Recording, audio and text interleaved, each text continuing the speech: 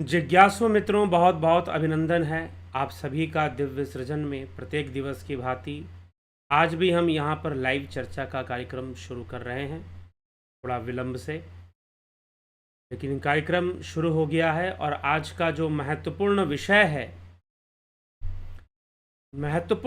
है, पूर्ण गुरु कौन है, कब मिलता है जीवन में और कैसे मिलता है, उसकी प्राप्ति क्या है, उसकी पहचान क्या है। तो पूर्ण गुरु, किसी ने प्रश्न भी किया था कुछ दिनों पहले कि पूर्ण गुरु कौन है आज के समय में। आज के समय में पूर्ण गुरु कौन है? क्या आप पूर्ण गुरु हैं? क्या आप पूर्ण गुरु हैं? ऐसे प्रश्न, तो इस प्रश्न पर एक चर्चा बनता है कि हम एक चर्चा करें इस प्रश्न पर और गुरु के संदर्भ को समझने का हम प्रयास करें कि पूर्ण गुरु किसे कहा जाता है या पूर्ण गुरु कौन है।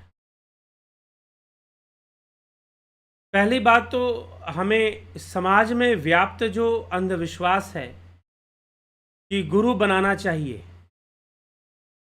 जीवन में गुरु बनाना चाहिए, क्योंकि गुरु ही कल्याण करेंगे, गुरु ही मोक्ष देंगे और गुरु के बिना कोई मोक्ष मिल नहीं सकता, इसलिए जीवन में गुरु बनाना चाहिए। गांव के क्षेत्र में भी, ग्रामीण क्षेत्रों में भी लोग गुरु बनाने के प्रति बहुत ही प्रेरित होते हैं, लेकिन प्रश्न ये उठता है कि गुरु कौन है या किसी को गुरु की आवश्यकता क्यों पड़ती है। कुछ समय पूर्व मुझे कहीं ग्रामीण क्षेत्र में कुछ लोगों से मिलना हुआ, वो किसी आध्यात्मिक प्रवचन को सुनने जाते थे, तो आपस में उनकी बातचीत होती थी, तो वो गुरु बनाने की बात करते थे। महिलाएं भी कहती थी कि भाई गुरु बनाना चाहिए, हम तो गुरु बनाएंगे। किसी ने कहा कि भाई कोई किसी को भी गुरु मान ले, कोई अपने पति को गुरु मान ले, कोई अपने ससुर को गुरु मान ले, अपने पिता को भी गुरु मान ले, लेकिन गुरु बनाना जरूर चाहिए। गुरु बनाना जरूर चाहिए। अरे भाई, जैसे गुरु बनाते हो वैसे डॉक्टर बना लोगे क्या? अगर कल को कहा जाए भाई डॉक्टर बनाना चाहिए, अरे जो दवाई दे सकेगा, जो बीमारी दूर कर सकेगा, वही तो डॉक्टर हो सकता है। तो एक बात समझ में नहीं आती, जब गुरु बनाना है तो कुछ भी गुरु बना लो, किसी को भी गुरु बना लो, ऐसा कैसे चल सकता है काम? ऐसा काम कैसे चल सकता है कि आप, वैसे तो इस विषय को लेकर अनेकों भ्रांतियां और अनेकों विवाद हैं समाज में, लेकिन एक स्थिति ऐसी है कुछ लोगों के बीच में, हर व्यक्ति ऐसा है मैं ये नहीं कह रहा हूं, लेकिन कुछ लोगों के बीच में स्थिति ऐसी है कि ज़्यादातर ग्रामीण लोगों के साथ, कि उनके दिमाग में है कि भाई गुरु बनाना चाहिए। अब वो गुरु किसी को ही बना सकते हैं। कोई कह देगा किसी स्त्री को, तो अपने पति को ही गुरु मान ले। अरे भाई, गुरु कोई मान लेने की चीज़ नहीं होती, जैसे डॉक्टर मान लेने की चीज़ नहीं होती। अगर डॉक्टर मान के चलोगे, बीमारी कुछ होगी, दवाई कुछ और दे देगा, तो आपका ही बहुत भारी नुकसान होने वाला है। चलो भाई, डॉक्टर चाहिए ना, तो इसी को डॉक्टर मान लेते, किसी को भी डॉक्टर मान लो। तो जब आप किसी को डॉक्टर नहीं मान सकते, जब आप किसी को वकील नहीं मान सकते, तो किसी को गुरु कैसे मान सकते हो? फिर आप किसी को गुरु कैसे मान सकते हो? तो जब आप, क्योंकि गुरु अपने आप में गुरु कुछ नहीं होता है, जो ज्ञान का दाता होगा वही तो गुरु हो सकता है। तो एक तो कुछ लोगों में एक भ्रांति इस तरह की है कि गुरु बनाना चाहिए तभी मुक्ति होगी, तो हमने एक इसे औपचारिकता समझते हैं कि चलो किसी को भी गुरु बना लो, किसी को भी गुरु बना लो,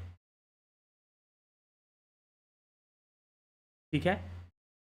तो किसी को भी गुरु बना लो, ऐसी प्रथा कुछ चल पड़ती है कि हाँ गुरु तो बनाना ही है।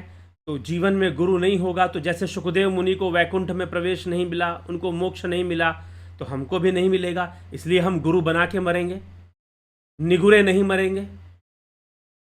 तो निगुरा रहना बुरा है, बात सही है, लेकिन प्रश्न ये है कि भाई किसी को भी हम सगुरा होने के लिए कुछ भी बना लेंगे क्या? हम सगुरा होए, हमारे पास गुरु है, हमने गुरु धारण किया है, इसके लिए हम किसी को भी गुरु बना लें, ये कहलाने के लिए कि हमने गुरु धारण किया है। तो ऐसी कुछ विचित्र स्थिति कुछ लोगों के बीच में दिखाई देती है, मान्यता दिखाई देती है, और विशेष करके ग्रामीण क्षेत्रों में, गांवों के क्षेत्रों में ऐसे लोग होते हैं। विशेष करके महिलाओं में ऐसा प्रचलन होता है कि गुरु बनाना है, कुछ भी बनाना है, बनाना है। चलिए अब हम आते हैं कि दूसरी भ्रांतियां हैं गुरु को लेकर। कुछ लोग पूर्ण गुरु ढूंढने में लगे हुए हैं कि हमको पूर्ण गुरु मिल जाए। क्यों जी? पूर्ण गुरु क्या कर देगा? पूर्ण गुरु क्या कर देगा? मुक्ति दे देगा? जी हाँ, वो पूर्ण होगा तो हमें तुरंत ही हमें मोक्ष दे देगा, तुरंत ही हमें मुक्ति दे देगा, तुरंत हमारे सारे पापों को धो डालेगा। अब ये पूर्ण गुरु वाला कॉन्सेप्ट आजकल चला हुआ है बहुत ज़्यादा। ये गुरुडम का एक हथियार है पूर्ण गुरु। सबसे पहली बात यह है कि गुरु की पहचान किससे है? गुरु कोई ऐसा विषय नहीं है कि शोर मचाता चले कि मैं गुरु हूं, मैं गुरु हूं, मैं गुरु हूं, या अपने चेलों से कहे कि भाई जाओ शोर मचाओ कि पूर्ण गुरु आ गया, पूर्ण गुरु आ गया। पूर्ण ज़्यादातर आश्रमों में, ज़्यादातर हमारे देश में जो आध्यात्मिक धार्मिक संस्थाएं हैं या उनके मुखिया हैं या उनसे जुड़ा हुआ जो अनुयायियों का समाज है, वो अपने गुरु को पूर्ण गुरु साबित करने में लगे रहते हैं। वो अपने गुरु को पूर्ण गुरु साबित करने में लगे रहते हैं और अपना एक अहंकार जोड़ के चलते हैं उस सिस्टम के साथ या उस गुरु नाम के साथ या उस फलानी संस्था के साथ अपने ईगो को अटैच कर कर चलते हैं। तो अब पूर्ण गुरु हो गए, कोई सदगुरु हो गए, कोई सदगुरु कह देता है, कोई पूर्ण गुरु कह देता है, लेकिन गुरु क्या है? अब आप कहोगे, अब आदि गुरु शंकराचार्य विवेक चूड़ामणि में तो कहते हैं कि भाई शिष्य अगर अपना प्रयास ही नहीं करेगा तो पूर्ण गुरु भी आकर क्या कर देगा उसका? गुरु भी आकर क्या कर लेगा उसका? तो अगर शिष्य के द्वारा किसी तरह का कोई प्रयास ना हो तो भला गुरु के द्वारा उस शिष्य का कल्याण कैसे हो पाएगा, किस प्रकार से हो पाएगा? तो आदि गुरु शंकराचार्य इस विषय को स्वीकार नहीं करते हैं, इस विषय को मानते नहीं हैं कि कोई गुरु जो है ऐसे ही चुटकी बजाकर आपका कल्याण कर देगा। आप उसकी शरण में जाओगे और वो आपका कल्याण कर देगा, बस बजाएगा और आपको तुरंत जो है वैकुंठ में प्रवेश मिल जाएगा, चाहे आपके कर्म कैसे हों, आपका कोई प्रयास हो चाहे ना हो। ऐसी बहुत सारी बातें हैं। इसीलिए गुरु का महत्व जरूर है, क्योंकि उसके बिना आप आगे नहीं बढ़ सकते ज्ञान मार्ग पर, अध्यात्म के मार्ग पर, योग के मार्ग पर।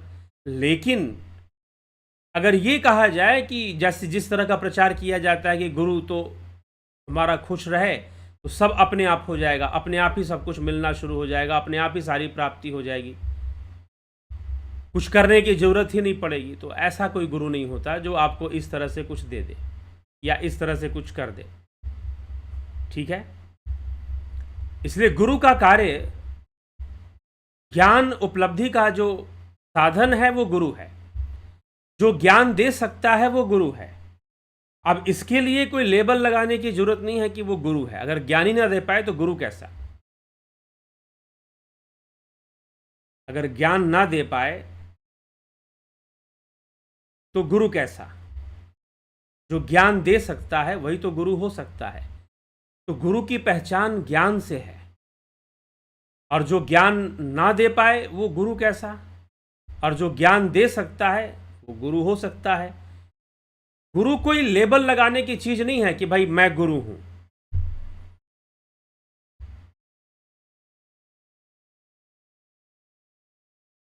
जिसके पास ज्ञान है और जो दे सकता है, अब वो कहेगा, जब वो ज्ञान बांटेगा, अब ज्ञान का प्रकाश ऐसा, जब सूर्य जब प्रकाश फैलाता है तो भाई हम कहते हैं कि भाई ये सूर्य है। अगर किसी गुरु को ये कहना पड़ रहा है कि मैं गुरु हूं, मैं गुरु हूं, मुझसे ज्ञान ले लो, मुझसे ज्ञान ले लो, अगर ये उसे चिल्ला चिल्ला के कहना पड़ रहा है कि मैं गुरु हूं, मैं गुरु हूं, या वो अपने कुछ बंदों को लगा के रखा हुआ है, जाओ भाई प्रचार करो कि पूर्ण गुरु आ गया है धरती पर, पूर्ण गुरु धरती पे आ गया है, प्रचार करो जाकर। तो प्रचार करोगे तो फिर लोगों को बताओ कि पूर्ण गुरु आ चुका है धरती पर। कुछ लोग ऐसा करते हैं, मैंने ऐसे कुछ संस्थाएं देखी हैं जहाँ के जुड़े हुए जो अनुयायी हैं वो इस तरह का प्रचार करते हैं अपने गुरु के विषय में कि यही पूर्ण गुरु है, दूसरा सारे ढोंगी हैं। वो भले ही बाहर में ना कहते हो, लेकिन आपस में जब बैठते हैं तो सबको ढोंगी ही बता रहे होते हैं, सबको गलत ही बता रहे होते हैं, और सिर्फ अपने गुरु और उनके ज्ञान को ही वो सही बता रहे होते हैं। ठीक, तो इसलिए गुरु को लेकर बहुत भ्रम पैदा हो जाता है कि पूर्ण गुरु कौन है, अपूर्ण गुरु कौन है। पूर्ण गुरु कहने का मतलब कि उनको पूर्ण ज्ञान है। अरे कि जब ज्ञान का प्रकाश फैलेगा तो जनमानस उससे प्रकाशित होगा। तुम्हें ये चिल्ला चिल्ला के बताने की जरूरत नहीं है कि पूर्ण गुरु है, पूर्ण गुरु है। इसका ढिंढोरा पीटने की आवश्यकता नहीं है। आदि गुरु शंकराचार्य विवेक चूड़ामणि में लिखते हैं, उक्त साधन संपन्नस्तत्व जिज्ञासुर आत्मनः उपसीदेद गुरुम प्राज्ञम यस्माद बंध विमोक्षणम। साधन चतुष्टय से संपन्न आत्म तत्व का जिज्ञासु स्थित प्रज्ञ साधक शिष्य गुरु के निकट जाए, जिससे कि भाव बंधन की निवृत्ति हो सके। शिष्य को चाहिए कि वो गुरु के पास जाए और उनसे प्रार्थना करे ज्ञान प्राप्ति के लिए, उनसे कहे कि मुझे ज्ञान चाहिए, मुझे इस संसार सागर से वो पार लगाएं जिससे पार लगना मुश्किल है, मुझे आत्म तत्व का ज्ञान करवाएं। भयंकर संसार सागर से स्वयं उत्तीर्ण हुए अन्य जनों को भी बिना कारण ही तारते तथा लोकहित का आचरण करते अति शांत महापुरुष ऋतुराज वसंत के समान निवास करते हैं। गुरु के व्यक्तित्व के बारे में बताया हुआ है। महात्माओं का यह स्वभाव है कि वह स्वतः ही दूसरों का श्रम दूर करने में प्रवृत्त होते हैं। दूसरों का जो श्रम है, जो जीवन का जो श्रम है, वो अपने आप उनके संपर्क में जाने से, उनके ज्ञान से अपने आप ही कम हो जाया करता है। कथम तरेयम भव सिंधु में तम कावा गतिर्मय कतमोस्तुपाय जाने न किंचित कृपया याव माम भो संसार दुख क्षति मातनुस्व। इस भव सागर से मैं कैसे पार निकलूंगा, यह गुरु से प्रश्न करना चाहिए। गुरु उपदेश करेंगे, तथा वदंतम शरणागतम त्वम संसार दावानल ताप तप्तम, कि अपने शरण में आए शिष्य का संसार दावानल से संतप्त शिष्य को गुरु करुणामय दृष्टि से देखकर सहसा अभय प्रदान कर देते हैं। उसका कॉन्फिडेंस जग जाता है कि हाँ, मैं इस जीवन को अच्छे से जी लूंगा, जब उसे अध्यात्म का ज्ञान होता है। ठीक, और गुरु उसे हिम्मत देते हैं, साहस देते हैं कि तू डर मत, तेरा नाश नहीं होगा, संसार सागर से तू जरूर पार निकलेगा। लेकिन वेदांत वाक्यों पर विचार करना सिखाते हैं। श्रद्धा, भक्ति, ध्यान और योग, इन सब का ज्ञान गुरु के द्वारा शिष्य को प्राप्त होता है। लेकिन सबसे बड़ी बात यह है कि बंधन और बंधन से मुक्ति का साधन क्या है। तो गुरु कहते हैं कि जब तक तू अपना प्रयास नहीं करेगा, तब तक कोई गुरु कृपा काम करने वाली नहीं है। जब तक शिष्य का अपना प्रयास ना काम करे, वो खुद से प्रयासरत ना हो, तो कोई गुरु कृपा भला कैसे कार्य कर सकती है। क्योंकि कृपा होगी तो कर्म का आधार लेकर ही कृपा होगी।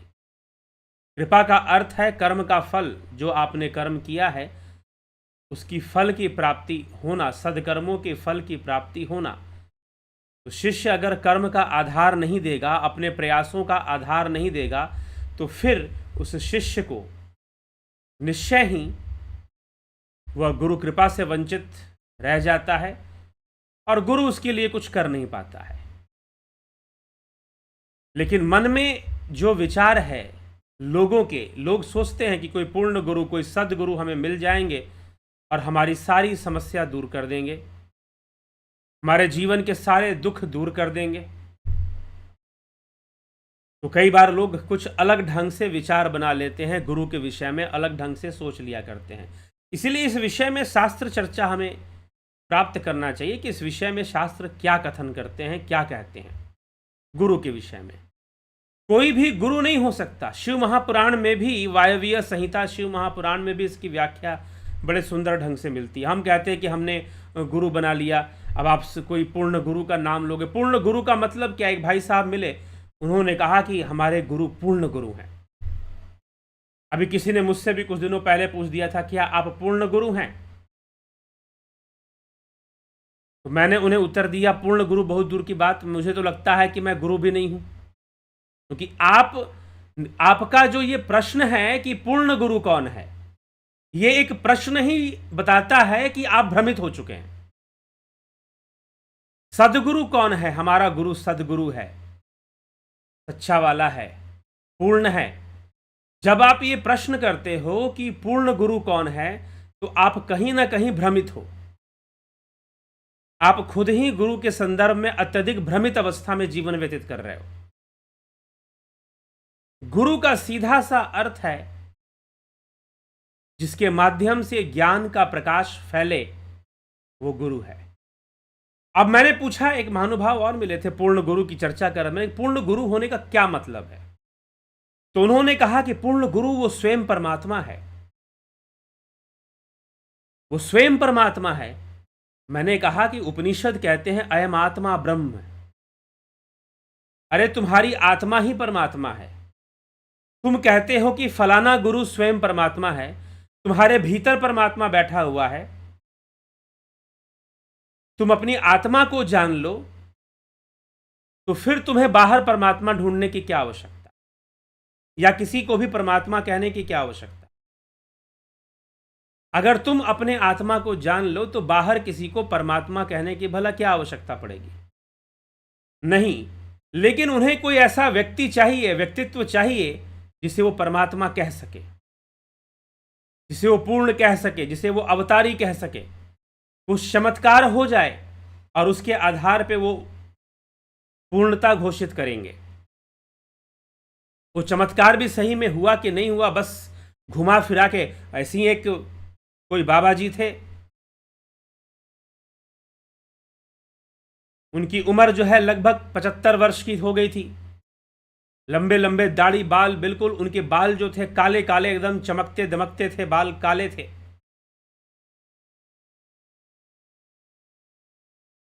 लोगों को पता चला कि उनके बाल कभी आज तक सफेद नहीं हुए। 75 की उम्र हो गई, बाल ही सफेद नहीं हुए आज तक। मैंने जांच पड़ताल की, भाई गुरु जी के बारे में पता किया जाए, इनके बाल इतने काले, सिद्ध योगी हैं। पता चला कि हर हफ्ते एक बार अपने शिष्य से बाल रंगवाते हैं, डाई करवाते हैं। लेकिन अपने शिष्य समाज में यह बात फैलाकर रखा हुआ है कि गुरु जी के बाल आज तक कभी काले ही ना हुए, और इस कारण से वो पूर्ण गुरु हैं। हमारा अवचेतन मन कैसे काम करता है? जब हम किसी चीज को इमोशनली एक्सेप्ट कर लेते हैं, या हमारा अवचेतन मन तो वैसे भी कई चीजों को ग्रहण करता ही रहता है, करता ही रहता है, और जब हमारे इमोशन से जुड़ जाता है तो फिर वो चमत्कारी ढंग से काम करना शुरू कर देता है। तो हम कई बार इस चक्कर में पड़ जाते हैं, ये अधूरा गुरु, ये पूरा गुरु, ये इस संसार में जिसके चित्त का लय नहीं हुआ, जिसका दृष्टा दृश्य संयोग बना हुआ है, पूर्ण तो सिर्फ सागर है ना, समंदर है, और समंदर कौन है? वो ब्रह्म। बाकी छोटा बड़ा हो सकता है, कोई कम ज्ञानी, कोई ज्यादा ज्ञानी, कोई साधक, कोई सिद्ध पुरुष हो सकते हैं। लेकिन जब आप कहोगे पूर्ण, पूर्ण मतलब वो जाके मिल चुका है, उसे किसी बाहरी अभिव्यक्ति की भला क्या आवश्यकता?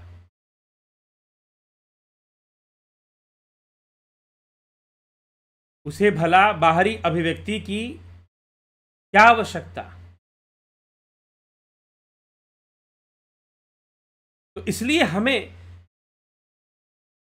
जब हम गुरु की बात करते हैं तो सबसे महत्वपूर्ण गुरु के संदर्भ में यह है पूर्ण गुरु, सदगुरु, ये सब ढूंढना बंद कर दीजिए। अगर आप सही में गुरु की खोज कर रहे हैं तो पूर्ण गुरु और सदगुरु के चक्कर में पड़ना बंद कर दीजिए, क्योंकि सारा आडंबर इसी नाम पर है कि फलाना सदगुरु है, फलाना पूर्ण गुरु है। अरे किसी का पूर्ण गुरु होना, किसी का सदगुरु होना, यह शिष्य का व्यक्तिगत विषय है। यह शिष्य का व्यक्तिगत विषय है। अब ठाकुर रामकृष्ण परमहंस क्या थे? बहुत सारे लोग कहेंगे कि वो अवतारी पुरुष थे, सिद्ध पुरुष थे, वह पूर्ण गुरु थे, वह सदगुरु थे। लेकिन स्वामी विवेकानंद जब रामकृष्ण परमहंस से मिले तो उन्होंने उन्हें पूर्ण गुरु कभी नहीं माना, और काफी लंबे समय तक नहीं माना कि वो पूर्ण गुरु हैं। काफी लंबे समय तक उनसे डेली मिलते रहे, डेली मिलते रहे, लेकिन फिर भी उन्हें पूर्ण गुरु या कोई परम गुरु, पहले उन्होंने समझा कि हाँ अच्छा ज्ञान रखते हैं अध्यात्म का, फिर उनको लगा कि नहीं इनके पास कुछ सिद्धियां भी हैं, थोड़े पहुंचे हुए लगते हैं। फिर धीरे धीरे जाकर स्वामी विवेकानंद को पता चलता है, उनका ये अंतर मन कहता है कि मेरा गुरु जो है वो पूर्ण गुरु है। किसी के लिए पूर्ण गुरु शब्द का प्रयोग करना यह शिष्य का अनुभव हो सकता है,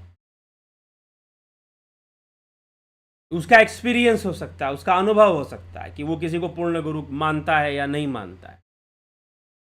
यह प्रचार का विषय नहीं होता कि कोई पूर्ण गुरु है या सदगुरु है, यह लेबल लगाने का विषय नहीं है। जैसे आजकल लोग लेबल लगा लेते हैं, सदगुरु, पूर्ण गुरु, जैसे कि बाकी सब अपूर्ण है, वो इकलौते पूर्ण है।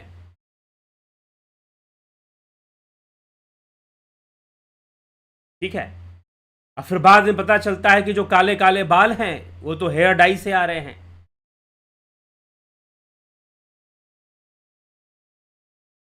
ऐसी ऐसी चीजें खुलने शुरू हो जाती हैं। फिर कैसे? क्या पूर्ण गुरु को ऐसा प्रचार करने की आवश्यकता पड़ती है कि वो प्रचार करवाए कि उसके बाल काले हैं क्योंकि वो सिद्ध पुरुष है, पूर्ण गुरु है? या ऐसा प्रचार करने की पूर्ण गुरु को आवश्यकता पड़ती है? और भी बहुत सारी बातें हैं।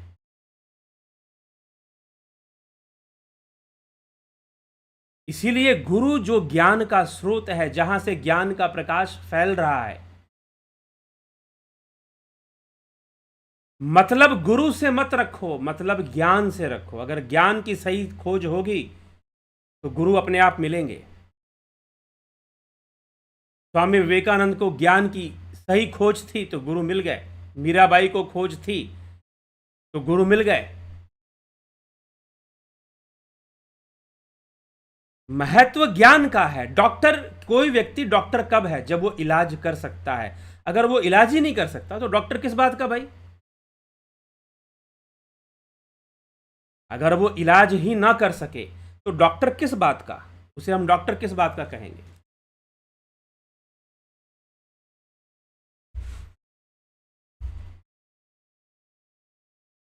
तो इसलिए समाज में, हमारे समाज में, हमारे शास्त्रों में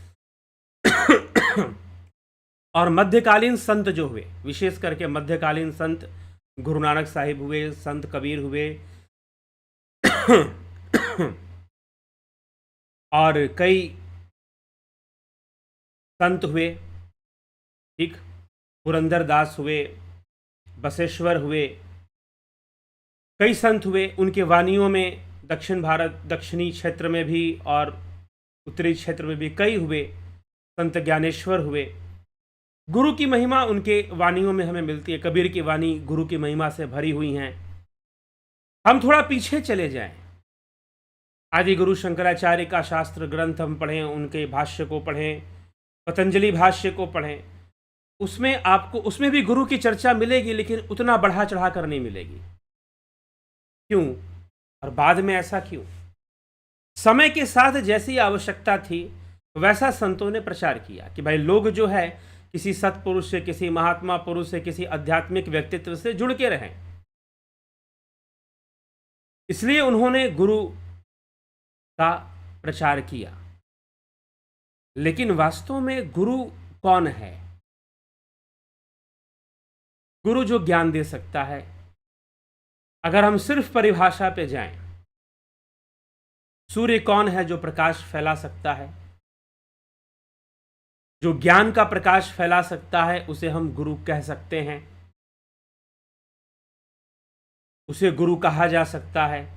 लेकिन इस चीज का प्रचार करना या अपने नाम के साथ गुरु या सदगुरु शब्दों का प्रयोग करना, अगर आपके पास ज्ञान है, अगर आप कुछ जानते हो, अगर आप कुछ समझते हो, तो आप उसको, अगर आपको लगता है कि हाँ लोगों को मुझे ये ज्ञान देना चाहिए, लोगों को मुझे ये चीज़ जो मैंने समझा है, जो मैंने जाना है अपने अनुभव से, अपनी साधना से, अपने प्रयास से, अपने अध्ययन से, अपने अनुसंधान से, क्योंकि अध्यात्म अनुसंधान का विषय है। विवेक चूड़ामणि इसी बात को जोर देकर कहती है कि भक्ति आत्मा का अनुसंधान है। अपने अनुसंधान से, अपने अध्ययन से, अपनी तपस्या से, अपनी साधना से किसी व्यक्ति ने कुछ जाना है, समझा है, जो कि मानव जाति के लिए बहुत ही उच्च है, बेहतर है, उनकी बेहतरी के लिए है, तो वो उसको बताए, लोगों तक पहुंचाए। ऐसा वो करे, या उसका पुण्य कर्म है या उसका कर्तव्य कर्म है, उसे ऐसा करना चाहिए, वो लोगों को ये पहुंचाए। लेकिन इसके लिए वो पहले ही अपने नाम के आगे लेबल लगा ले कि मैं सदगुरु हूँ, और सदगुरु फलाना फलाना जो है ये ज्ञान देंगे, ये ज्ञान बांटेंगे। अरे कृष्ण अर्जुन को वो ज्ञान दे रहे हैं जो कि ऋषि मुनियों ने, जो कि बहुत ही गुप्त ज्ञान था। भगवान कृष्ण वो अर्जुन को ज्ञान दे रहे हैं, लेकिन कोई गुरु के वेश में नहीं है, गुरु के लेबल के साथ नहीं। अरे वो द्वारिकाधीश हैं, वो राजा हैं और बोल रहे हैं कि मैं राजा हूं।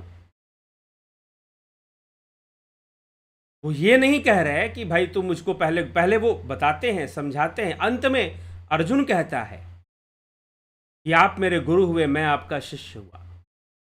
वो गुरु ही क्या जिसे ये बोलना पड़े कि मैं गुरु हूं, मैं गुरु हूं। वो गुरु ही क्या जिसे ये कहना पड़े कि मैं गुरु हूं, मैं गुरु हूं। वो सूर्य ही क्या जिसे कहना पड़े कि देखो मैं सूर्य हूं, मैं सूर्य हूं। अरे भाई सूर्य है, वो दिख रहा है कि सूर्य है, ठीक, वो दिख रहा है कि वो सूर्य है।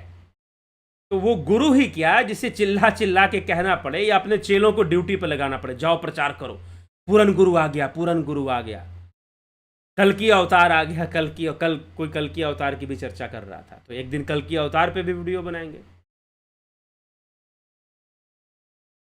धिक्कार है ऐसे गुरु को, लानत है जिसे कहना पड़ रहा है कि मैं गुरु हूं, मैं गुरु हूं, मुझसे ज्ञान ले लो, मुझसे ज्ञान ले लो। अरे तुम्हारे पास जो है तुम दो, तुम जो जानते हो तुम वो लोगों को बताओ, तुम जो समझते हो वो लोगों को बताओ। महत्व इस बात का नहीं है कि लोग तुम्हें गुरु मानेंगे या नहीं मानेंगे, क्योंकि तुम भी कहीं ना कहीं कुछ राजनीति कर लेना चाहते हो। तुम चाहते हो कि कुछ लोग मेरा गुलाम बन जाए, कुछ लोग मेरा वोट बैंक बन जाए, कुछ ना कुछ तुम चाहते हो ऐसा। इसलिए लोग ये इन चक्करों में पड़ते हैं कि कोई पूरन गुरु ढूंढने के चक्कर में, सदगुरु चक्कर। सीधी सी बात है, जहां से लेसन्स हमें मिल रही हैं, जहां से नॉलेज हमें मिल रही है, जहां से अंडरस्टैंडिंग हमें प्राप्त हो रही है किसी भी विषय में, अध्यात्म का विषय है तो आध्यात्मिक गुरु कहलाएगा। लेकिन कोई दूसरा विषय है तो वो दूसरा गुरु कहलाएगा फिर।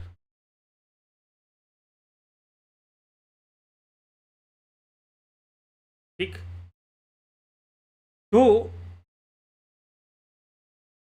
हमें यह विचार करना है, इसको समझना है।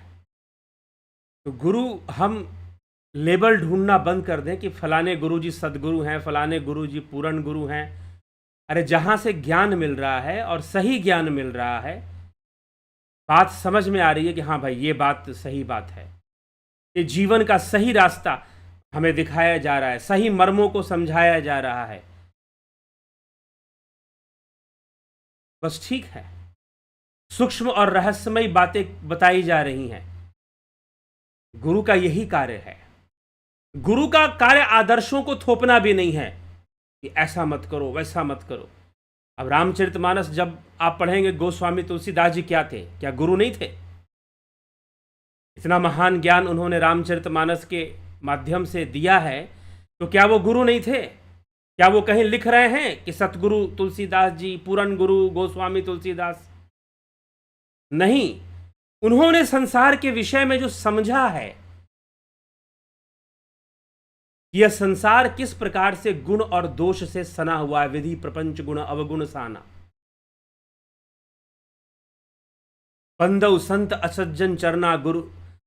मैं वंदना करता हूं, संत और असंत दोनों की वंदना करता हूं। सब में गुण होते हैं, सब में दोष होते हैं। महर्षि पतंजलि ने मिश्रित कर्म, कल हमने मिश्रित कर्म, जिसमें पाप पुण्य दोनों मिश्रित होता है, और ज्यादातर कर्म ऐसे ही होते हैं जिसमें पाप पुण्य का मिश्रण होता है। प्रकृति के सूक्ष्म रहस्यों को हमें कोई समझाए, हमारा मन, हमारा चित्त, हमारी बुद्धि कैसे काम कर रही है, कोई हमें बताए, समझाए, हमारा जीवन सरल हो, इसका महत्व है। महत्व ज्ञान का है। और जहां से ज्ञान की धारा फूटती है, जो ज्ञान का स्रोत बनता है, वह गुरु है। वह गुरु है। इसलिए भगवान दत्तात्रेय ने 24 गुरुओं की बात की। उनके 24 गुरु हुए। उन गुरुओं में नदी भी गुरु है, उन गुरुओं में एक गणिका भी गुरु है, सर्प भी गुरु है। सबसे कुछ ना कुछ ज्ञान मिल रहा है। और भगवान दत्तात्रेय कह रहे हैं कि जहां से ज्ञान प्रस्फुटित हो रहा है, वह गुरु है। लेकिन हम यहां पर ढूंढने में लगे हैं पूर्ण गुरु, सदगुरु। हम कहीं ना कहीं खुद मानसिक गुलाम हैं, और हम चाहते हैं कि एक हमें गुलामी मिल जाए, क्योंकि उसमें सब क्या है ना कि एक सुपरियोरिटी कॉम्प्लेक्स सेटिस्फाई होना शुरू हो जाता है। सब एक दूसरे को ज्ञानी समझना शुरू कर देते हैं। सब एक दूसरे की प्रशंसा करना, अरे आप भी ज्ञानी हैं, ज्ञानी है मतलब आप भी गुरु जी के चेले हैं। चलो भाई, हम सब लोग मिल जाते हैं, हम सब लोग गुरु जी के शिष्य हैं, हम सारे क्या चेले, तो हम क्या हो गए? ठीक है, समाज बनाना चाहिए, लेकिन वो समाज बनाइए, कुछ ज्ञानी लोग हैं, आपस में साधक लोग हैं, अपनी कम्युनिटी डेवलप कीजिए, बहुत अच्छी बात है। लेकिन फिर आप वहां पर कुछ दूसरा काम शुरू कर देते हैं। आप गुरुडम को फैलाना शुरू कर देते हैं, यहां तक कि आप दंभ और अहंकार का प्रदर्शन भी शुरू कर देते हैं।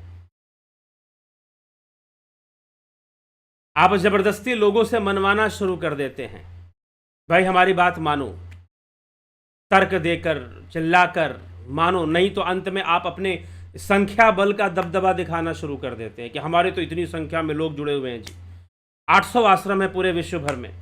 आखिरी रिप्लाई ये मिलता है, जब लोगों के पास लॉजिक नहीं होता तो वो ये रिप्लाई देना शुरू कर देते हैं। तो ऐसे कहाँ से हम ज्ञान प्राप्त कर पाएंगे, और ऐसे कहाँ से हम गुरु प्राप्त कर पाएंगे? क्योंकि हमें कोई गुरु चाहिए, और हमें ऊपर में बैठा कोई परमात्मा चाहिए जो इस बात की गारंटी दे दे कि भाई मैंने दुनिया बनाई है और मैं तुम्हें मुक्ति दिला दूंगा, और हमारा उसके साथ कनेक्शन हो जाए। लोग ना सोर्स लगाते हैं, लोगों को नौकरी चाहिए ना, किसी मंत्री जी का सोर्स लग जाए, किसी अधिकारी ऑफिसर का सोर्स लग जाए, किसी नेताजी का सोर्स लग जाए, क्योंकि हमें पता है हम अपने दम पे तो कर नहीं पाएंगे। तो वैसे ही हम चाहते हैं कि यहां भी वही हिसाब किताब बन जाए। कोई ऐसे गुरु जी मिल जाए जो सीधा, हमने चाहे कितने भी पाप किए हों, हमारा कनेक्शन सीधा जोड़ दे, जुड़वा दे, सोर्स लगा दे हमारा, और हम जो है निश्चय ही हमें प्रवेश मिल जाए। लेकिन आदि गुरु शंकराचार्य जब गुरु और शिष्य की व्याख्या करते हैं तो इस बात के लिए वो मना कर देते हैं कि ऐसा कुछ होता नहीं है कि गुरु जो है शिष्य को एकदम कनेक्शन जोड़ के दिलवा देगा, जैसे मंत्री जो लोग नौकरी दिलवा देते हैं। ठीक, गुरु तो तुम्हारी सहायता तब कर पाएगा जब तुम अपना प्रयास करोगे। गुरु तुम्हारी सहायता तब कर पाएगा जब तुम अपना प्रयास करोगे। जब तक आपका अपना ही कोई प्रयास नहीं होगा तो कौन गुरु आपके लिए क्या कर पाएगा।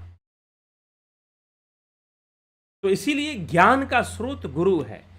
गुरु की पहचान करना है तो आप ज्ञान से करिए, ना कि किसी गुरु को मान के चलिए कि ये पूर्ण गुरु हैं या ये सदगुरु हैं। नहीं, वायवीय संहिता में इसीलिए भगवान शिव कहते हैं, उपदेश देते हुए, वायवीय संहिता के त्रिविध दीक्षा नामक अध्याय है वहां पर, कि जैसे कोई एक पत्थर एक नाव ही नदी को पार कर सकता है। आप नाव में बैठोगे तो नदी पार होगा।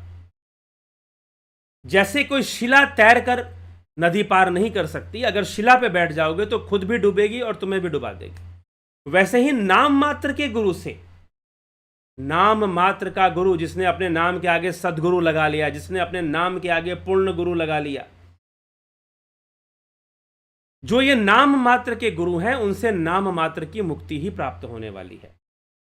शिव महापुराण वायवीय संहिता में स्वयं शिव की वाणी। इसीलिए जिज्ञासु को चाहिए कि वो किसी गुरु की शरण में जाए, किसी तत्वदर्शी गुरु की शरण में जाए, और जाकर वहां पर उनकी सेवा करे, उनसे प्रश्न करे। तद्विधि प्रणिपातेन परिप्रश्नेन सेवया, भगवान कृष्ण भी कहते हैं, तद्विधि प्रणिपातेन परिप्रश्नेन सेवया उपदिक्षन्ति ते ज्ञानम ज्ञानिनस् तत्वदर्शिनः। जाए, उनकी सेवा करे और तत्व को कभी ना त्यागे। वास्तव में तत्व क्या है उसको कभी ना छोड़े, उस तत्व ज्ञान के लिए हमेशा प्रेरित रहे, हमेशा गुरु से प्रश्न करता रहे, और उनकी सेवा भी करे, क्योंकि वो प्रसन्न होंगे तो ज्ञान देंगे, सही मर्म समझाएंगे। वो प्रसन्न होंगे तो उनको प्रसन्न करे, और प्रसन्न कर कर उनसे ज्ञान की प्राप्ति करे। लेकिन फिर भी अगर जिज्ञासु को 1 वर्ष बीत जाए और उसे संतोष ना हो, तो उसे चाहिए कि वो अपना गुरु बदल ले, तो किसी दूसरे गुरु की खोज करे जो उसे सही तत्व ज्ञान दे सके। सिर्फ तत्व ज्ञान की बातें ना करे, सिर्फ ब्रह्म ज्ञान का आडंबर ना फैलाए कि आओ ब्रह्म ज्ञान ले लो, आओ ब्रह्म ज्ञान ले लो। वास्तव में ब्रह्म ज्ञान क्या है वो मिलना चाहिए, ना कि सिर्फ हो हल्ला होना चाहिए। आजकल तो मैंने देखा एक समुदाय, उन्होंने ब्रह्म ज्ञानियों की सेना खड़ी कर ली है। दी जाए उनके ब्रह्म ज्ञान की परीक्षा। किस अवस्था को आदि गुरु शंकराचार्य ने ब्रह्म ज्ञान कहा है, पूछा जाए, प्रश्न किया जाए उन लोगों से। तो इसीलिए बहुत भ्रम पैदा हो जाता है कि हमें गुरु धारण करना चाहिए, तो हमें पूर्ण गुरु धारण करना चाहिए, तो हमें सदगुरु धारण करना चाहिए। अरे भाई, जहां से ज्ञान का झरना, ज्ञान लो ना। आपको चाहिए क्या? गुरु क्यों चाहिए? ज्ञान के लिए चाहिए। डॉक्टर क्यों चाहिए? जो इलाज करेगा। बीमारी हो गई है, कोई तकलीफ हो गया है, वो तकलीफ दूर करे, वैसा डॉक्टर चाहिए। बिना मतलब के तो डॉक्टर नहीं चाहिए ना, तो वैसे ही गुरु भी चाहिए। तो गुरु चाहिए तो ज्ञान के लिए गुरु चाहिए। ठीक, तो जब हमें ज्ञान के लिए गुरु चाहिए तो हमें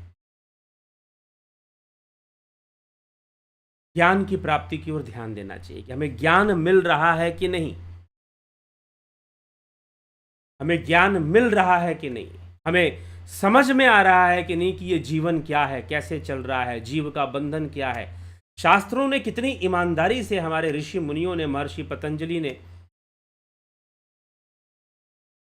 और श्रीमद् भगवद गीता, या आदि गुरु शंकर, कितनी ईमानदारी से वो अपनी बातों को लिख रहे हैं, बता रहे हैं, अपने सूत्रों को दे रहे हैं, जीवन के मर्म को समझा रहे हैं।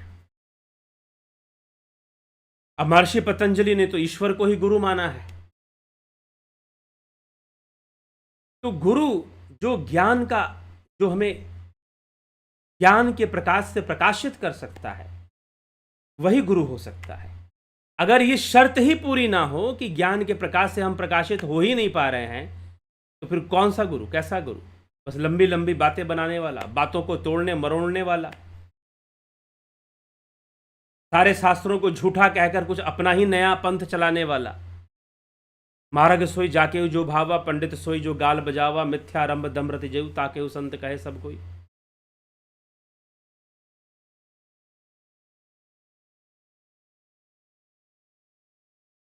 ठीक है, बहुत सारे पंथ लोग बनाना चाहते हैं, अपना ही पंथ शुरू कर देना चाहते हैं। तो ऐसी बहुत सारी चीज़ें होती हैं, चलती हैं। तो इसीलिए हमें गुरु के पीछे नहीं भागना चाहिए, हमें ज्ञान के पीछे भागना चाहिए। हमें किसके पीछे भागना चाहिए? हमें डॉक्टर के पीछे नहीं भागना चाहिए, हमें इलाज के पीछे भागना चाहिए। हाँ, कोई डॉक्टर अच्छा इलाज करता, हमें पता चलता है, तो हमें जाना चाहिए उसके पास कि भाई ये डॉक्टर बहुत अच्छा इलाज कर रहा है। भले अभी प्रसिद्ध नहीं है, कुछ डॉक्टर होते हैं फेमस बहुत होते हैं, उनका नाम बहुत होता है, लेकिन काम कुछ भी नहीं होता उनका। और कुछ डॉक्टर ऐसे भी मिल जाते हैं जिनको बहुत नॉलेज है, बहुत पकड़ है, बीमारी की बहुत ही अच्छी पकड़ होती है उनके भीतर, भले ही वो बहुत प्रसिद्ध ना हो। बाद में वो भी प्रसिद्ध हो जाए तो शायद उतने अच्छे से काम ना करे, वो एक अलग बात है। वैसे ही गुरु की पहचान आप इस बात से मत कीजिए कि फलाने किसी व्यक्ति के नाम के आगे गुरु शब्द जुड़ गया या जोड़ दिया गया, या सदगुरु लिख दिया या पूर्ण गुरु लिख दिया। अगर ज्ञान का झरना बह रहा है तो उस ज्ञान की सरिता बह रही है तो उस सरिता में डुबकी लगाइए, वही महत्वपूर्ण है, ना कि किसी को गुरु मानना या किसी को गुरु कहना महत्वपूर्ण है। ठीक है, बहुत सारे लोग यहाँ पर, कोई लिख रहा है गुरुजी गुरुजी, अब यहाँ पर लोग मुझे गुरुजी गुरुजी कई लोग लिखते हैं, लेकिन मेरा कोई उस ऐसा उद्देश्य नहीं है कि आप मुझे गुरुजी बोलो। मैं जो जान रहा हूँ, मैं जो समझ रहा हूँ, इतने वर्षों की साधना, अध्ययन और इन सब विषयों से और साधना का अनुभव, जीवन, इन सब विषयों को देखते देखते अनेकों आश्रमों में जाना, गुरुओं से मिलना, उनकी व्यवस्था को समझना, प्रैक्टिकली भी और शास्त्रों का अध्ययन भी, जो मैं समझ रहा हूँ और सूत्रों को जो मैं समझ रहा हूँ, जो मैं जान रहा हूँ, वो मैं आपको बता रहा हूँ। और वो मैं इसलिए नहीं बता रहा हूँ कि आप मुझे गुरुजी कहोगे, मुझे कोई शौक नहीं, क्योंकि जैसी गुरुजी कहते हो ना तो मुझे कुछ और छवि बननी शुरू हो जाती दिमाग में कि भाई ये लोग वैसे ही मुझे गुरु बना देंगे। और ऐसे कई गुरुओं की स्थिति मैंने देखी है, बड़ी बड़ी बुरी स्थिति है उनकी। बुरी स्थिति कहने का मतलब वो अपने शिष्यों के ही गुलाम, शिष्य लोग उनको गुलाम बनाए हुए हैं। बड़े बड़े संस्थाओं के जो मुखिया लोग हैं, उनके चेलों ने ही उनको किडनैप करके रखा हुआ है। ऐसी भी घटना घटती है।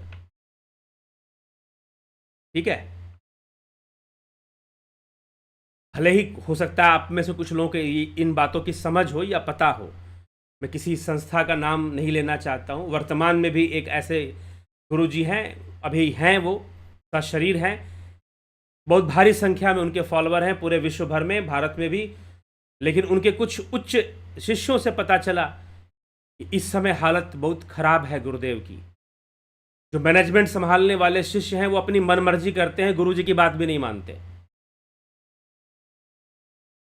अब उन्होंने ही बहुत काम कर कर इस संस्था को आगे बढ़ाया है, तो अब गुरु जी पर उन्हीं की बात चलती है।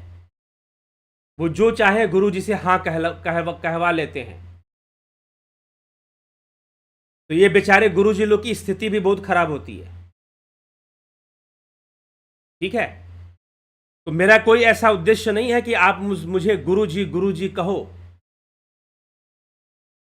क्योंकि ऐसे कई गुरुओं के बहुत बहुत बुरी स्थिति मैंने देखी है, उनकी बहुत बुरी मौत भी देखी है, मृत्यु भी देखी है। ठीक है। तो ये वर्तमान में जो गुरुडम का माहौल बना हुआ है हमारे देश के भीतर, उस तरह का गुरु बनने का मेरा कोई शौक नहीं है। ठीक है, वैसा कोई शौक नहीं है कि मैं उस तरह का गुरु बनूं और लोग मुझे गुरु जी कहें। हाँ, कई लोग मुझे फ़ोन करते हैं, वो एक इच्छा जाहिर करते हैं कि क्या आपका कोई ऐसा सेंटर नहीं है जहां पर हम आएं और वहां बैठ के साधना करें। वो है नहीं, और मेरी कोई बहुत तीव्र इच्छा भी नहीं है कि मैं बनाऊं कोई सेंटर, कोई आश्रम बना दूं जल्दी से। कोई ऐसी तीव्र इच्छा भी नहीं है कि वैसा बनाया जाए।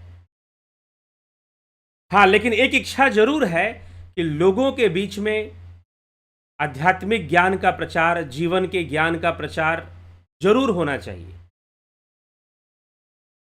जरूर होना चाहिए। लोगों के बीच में ज्ञान का प्रचार अवश्य होना चाहिए। लोगों के बीच में ज्ञान जरूर पहुंचना चाहिए।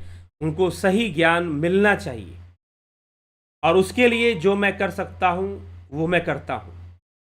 कोई गुरु जी कहेगा तो भी करूंगा, नहीं कहेगा तो भी करूंगा। दोनों ही अवस्थाओं में मैं करूंगा इसको। गुरु जी कहेगा तो भी, नहीं कहेगा तो भी करूंगा।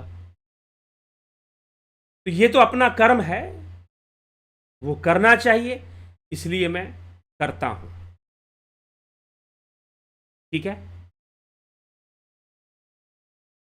ये अपनी समझ है, इसीलिए ये शिष्य की समझ है कि भाई उसने गुरु को कितना समझा है, क्या समझा है, किस तरह से समझा है। यह विवेक का विषय है। तो इसीलिए गुरु जो है यह कोई मान्यता का विषय नहीं है, यह जानने का विषय है। कहते हैं पानी पियो छान के, गुरु करो जान के। पानी छान कर पीना चाहिए, गुरु जान के करना चाहिए। इसलिए इन सब शब्दों में उलझिए मत कि सदगुरु कौन, पूर्ण गुरु कौन। जहां से ज्ञान का झरना बहे समझो कि वो गुरु ही है। ठीक, तो इन सब चक्करों में हमें पढ़ना नहीं चाहिए। नहीं पढ़ेंगे तो शायद समाज का बहुत सुधार हो जाएगा और लोग इस बात को समझें, सुधरें और अपने भीतर सुधार लाएं, अपने भीतर परिवर्तन लाएं और इस प्रकार के आडंबरों से अपनी रक्षा कर लें तो ज़्यादा बेहतर है। सही ज्ञान प्राप्त कर पाएंगे। तो यही कहने का उद्देश्य था। भगवान शिव ने 7 प्रकार के गुरुओं की चर्चा की है। सूचक गुरु, वाचक गुरु, बोधक गुरु, निषिद्ध गुरु, विहित गुरु, कारणाख्य गुरु, महागुरु। सूचक गुरु का काम सूचना देना, वाचक गुरु का काम प्रवचन करना, बोधक गुरु का काम मंत्र दीक्षा देना, मंत्रों का ज्ञान कराना, मंत्र का बोध कराना। निषिद्ध जो तंत्र मंत्र निषिद्ध विद्या देते हैं, भूत प्रेत आदि की विद्या दे देना, जादू टोने, ऐसा कुछ जिसको हम निषिद्ध मानते हैं, वो निषिद्ध गुरु कहलाते हैं। विहित गुरु आपके भीतर वैराग्य पैदा करता है। विहित गुरु आपके भीतर वैराग्य पैदा करता है। गुरु गीता में इसका वर्णन आता है। तो विहित गुरु, अब गुरु गीता स्कंद महापुराण का अंग है, तो शिव पार्वती संवाद के अंतर्गत आता है। तो भगवान शिव कहते हैं विहित गुरु वैराग्य पैदा करता है आपके भीतर। वो कहता है संसार नश्वर है, छोड़ छाड़ के जंगल में निकलो।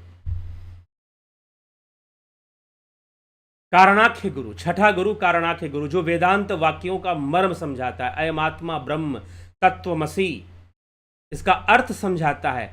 और सबसे बड़ा गुरु महागुरु। महागुरु क्या करता है? महागुरु जीवन बंधन को समझाता है।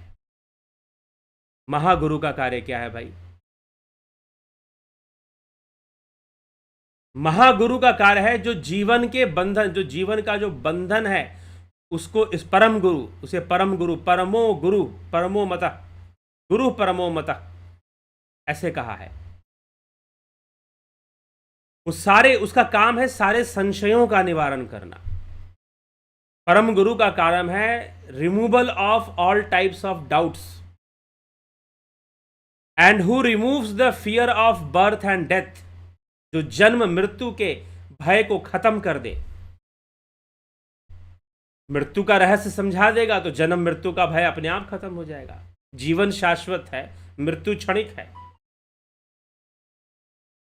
जो सारे संशयों को दूर कर दे और सारे जन्म मृत्यु के भय को खत्म कर दे, उसे परम गुरु कहा जाता है। गुरु गीता में भगवान शिव परम गुरु की बात करते हैं, उसे परम गुरु कहा जाता है। इस तरह से सूचक गुरु, वाचक गुरु, बोधक गुरु, परम गुरु आदि की चर्चा होती है। लेकिन वो जैसा ज्ञान दे रहे होते हैं उसी पे तो निर्भर है ना, कि किसको आप सूचक कहोगे, किसको आप वाचक कहोगे, किसको बोधक कहोगे, किसको विहित कहोगे, किसे निषिद्ध कहोगे, किसे कारणाख्य कहोगे, और किसे महागुरु या परम गुरु कहोगे। किसे कहोगे परम गुरु?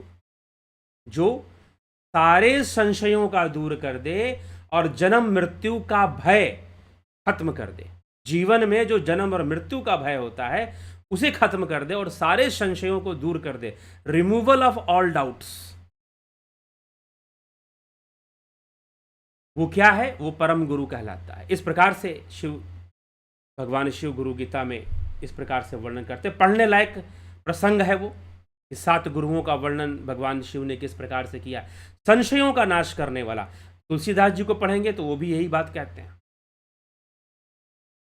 लोग आज कथा सुनते हैं, राम कथा सुनते हैं, भागवत कथा सुनते हैं, हरि कथा सुनते हैं। तुलसीदास जी कहते हैं कि भाई कथा का क्या उद्देश्य है? नित हरि कथा होत जहां भाई, कहां सुनहि तहां तुम जाई, सुनहि मिटत सकल संदेहा।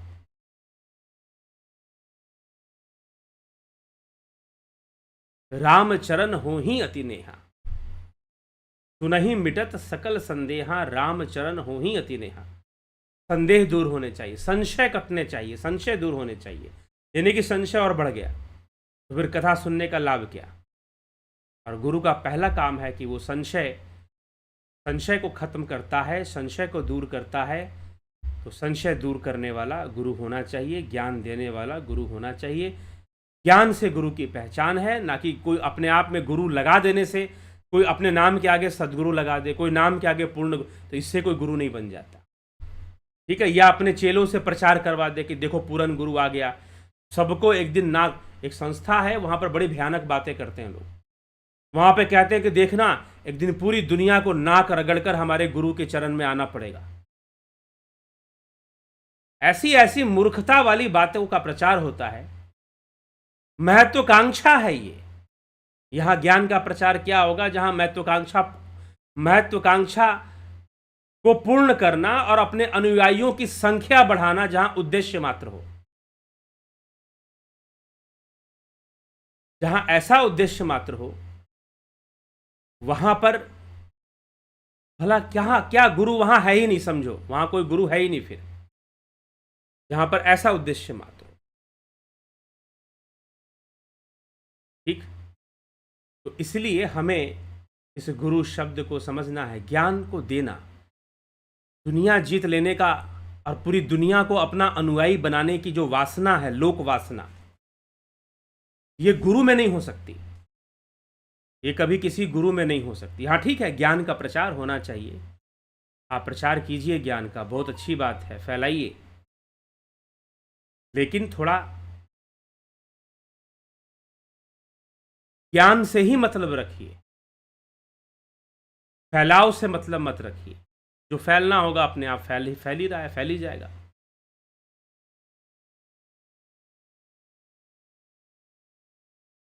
हर मनुष्य तक ज्ञान पहुंचे, सही बात पहुंचे, ये जरूरी है। ना कि हम किसी का शिष्य बन गए, हमारा कोई गुरु बन गया। ठीक है, गुरु जी ने भी टारगेट दे दिया शिष्य को, बेटा तू शिष्य बना, 10 को और बना, तू तेरी वाहवाही होगी, तेरा मान बढ़ेगा।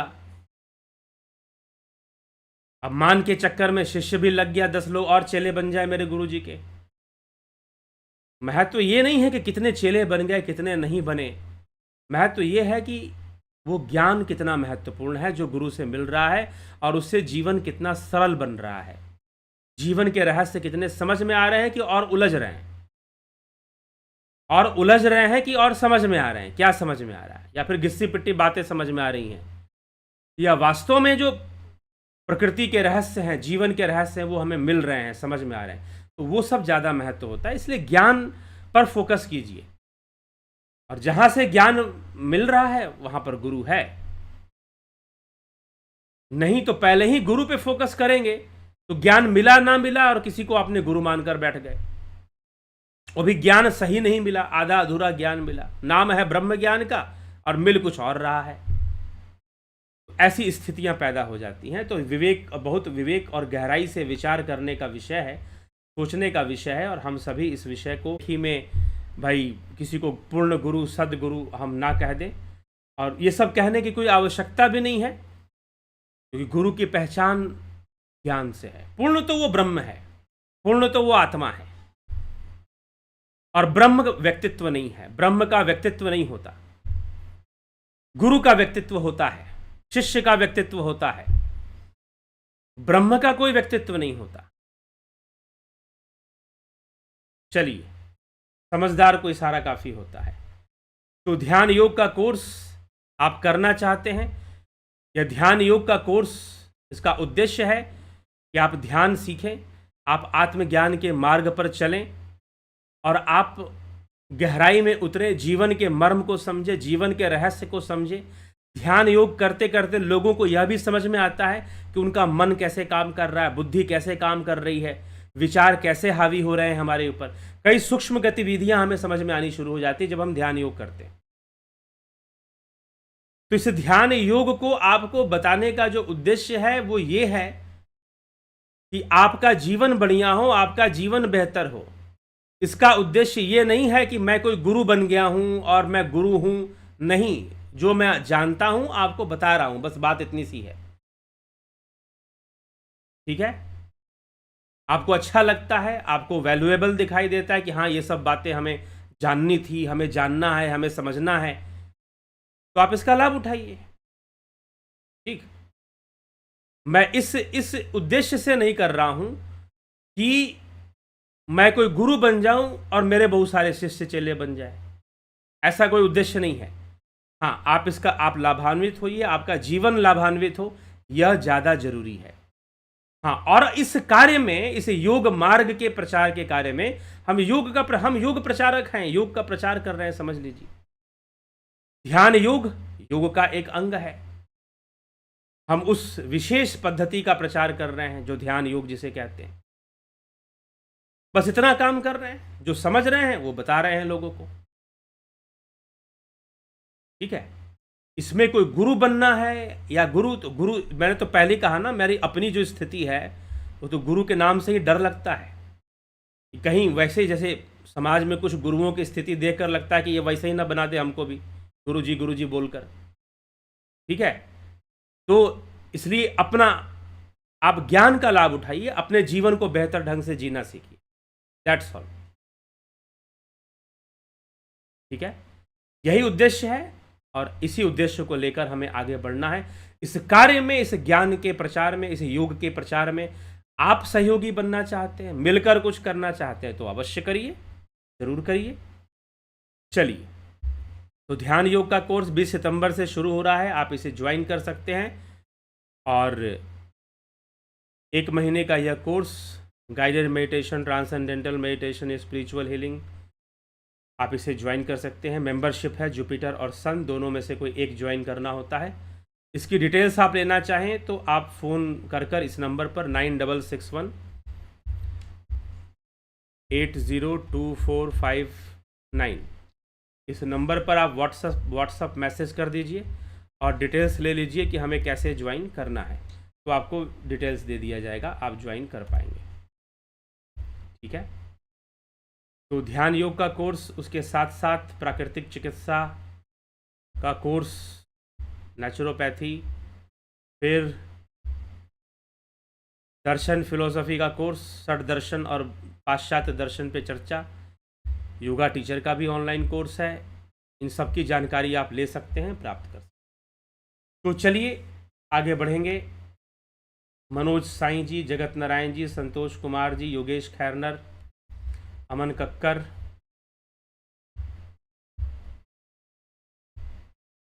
ठीक है, हसमुख खुंट जी,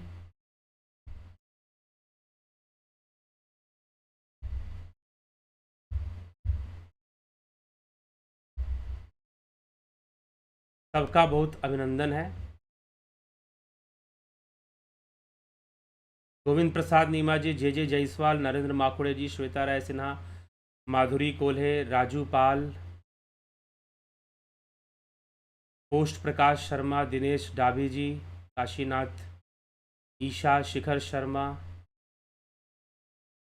अवधेश कुमार, भरत छबलानी, एके त्यागी, गंभीर शाह, रतन सिंह, दीकू कुचाड़िया जी, सविता नायक, कुमाना राम चौहान, धन्यवाद भारत, राम प्रकाश शर्मा, मनोज रामविलास जी, नूतन भट्ट, घनश्याम सरोदे, प्रेम सागर यादव, गंगदास गुराट, सीताराम माली। ध्यान 114 ध्यान की विधि बताते हैं। 113वीं व 114वीं विधि मृत्यु के बाद उपयोग करते हैं। 114 ध्यान नहीं, 100 धारणा की विधियां होती हैं, 112 धारणा की विधियां होती हैं। कमलजीव कुमार, हीरा लाल यादव, तीरथ दास साहू, किशोर वैद्य, ट्रू इंडियन। क्या भगवान शिव या कृष्ण को गुरु मानकर ध्यान जप कर सकते हैं? यही बात आ गई, फंस गई बात कि मान के करेंगे। जहां से ज्ञान का झरना फूटता है वहां गुरु है, बस। नमः शिवाय गुरुदेव, आपके चरणों में सूक्ष्म रूप से कोटि प्रणाम। गुरु जी, मेरे संप्रदाय से जुड़े फ्रेंड्स बोलते हैं, गुरु परंपरा से दीक्षा नहीं लोगे तो परम धाम तक नहीं पहुंच पाओगे, माया तुमको घुमाती रहेगी। ठीक है जी। नीलम जादव, धर्मेंद्र, गुरु परंपरा क्या होती है इसमें? अगर परंपरा में कोई अज्ञानतापूर्ण चीज़ें शुरू हो जाए तो फिर आत्मज्ञान ब्रह्म ज्ञान क्या ये एक है या अलग अलग? जब अयमात्मा ब्रह्म कहा गया है तो एक ही है, बस उसे अलग अलग ढंग से समझा जाता है। अरविंद कुमार सर कहते हैं कि हमारी आत्मा में पूरा ब्रह्मांड है। बिल्कुल। मृदुला कुमारी जी, रामविलास जी, सर आपने संघर्ष का मार्ग बताए हैं और आपके मार्ग से मुझे बहुत लाभ मिला है, इसलिए आपका मार्ग अति उत्तम मार्ग है। एके भट्ट जी, धन्यवाद भारत। भगवती पटेल, कमलेश खैरनर जी, बहुत बहुत अभिनंदन है आप सभी का। ठीक, बहुत बहुत अभिनंदन है आप सभी का।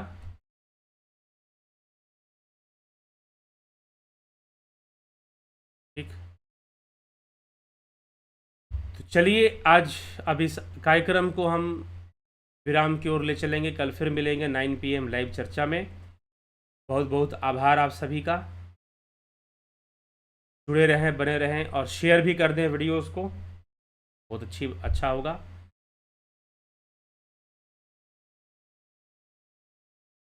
सभी को ओम तत्सत।